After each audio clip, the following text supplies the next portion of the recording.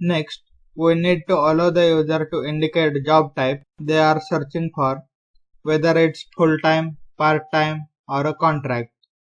Combining each, to do this we will be using checkboxes.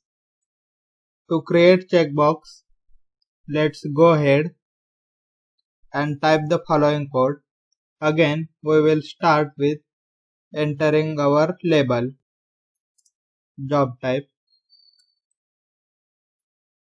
The checkbox is an input, but for the type we have to specify checkbox. We need to give this input name just like all the other inputs we have worked with, and we will call it FT for the full time. Now we close the input tag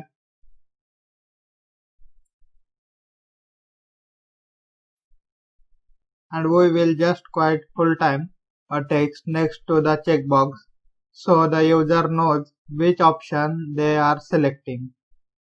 And that's all there is.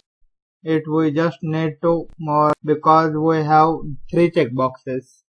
So copy this and paste it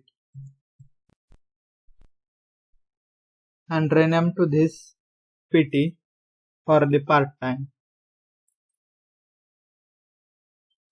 and one more CT for the contract. So here just bit of formatting. So that's it for the job type. Next, we will do employment status.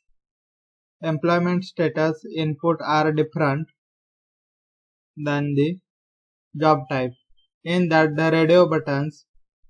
Difference between the checkboxes and the radio buttons is that the checkbox allow you to check off multiple options, with the radio button user to be able to select only one option.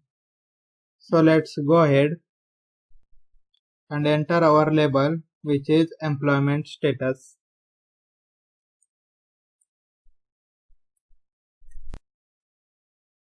And then inside our column we will create input. This time the type will specify radio.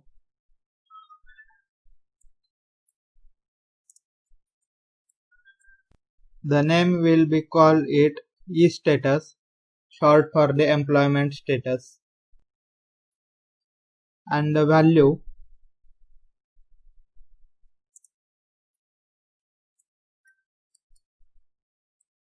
this is the value that's submitted to our PHP script. And we will just put the text employee next to the radio button.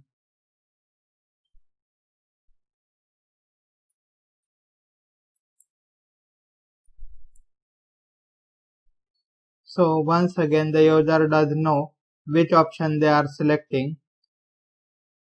To copy this block of code and paste 2 more times.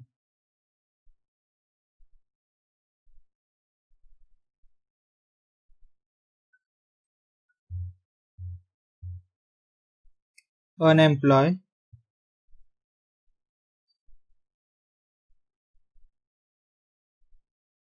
student.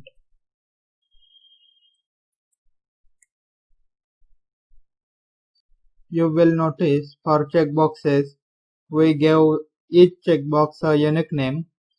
For radio buttons we give all 3 radio buttons same name, and this is known as radio group.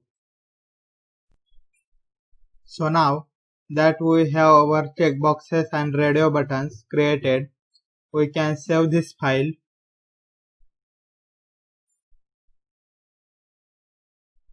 and preview it on web browser.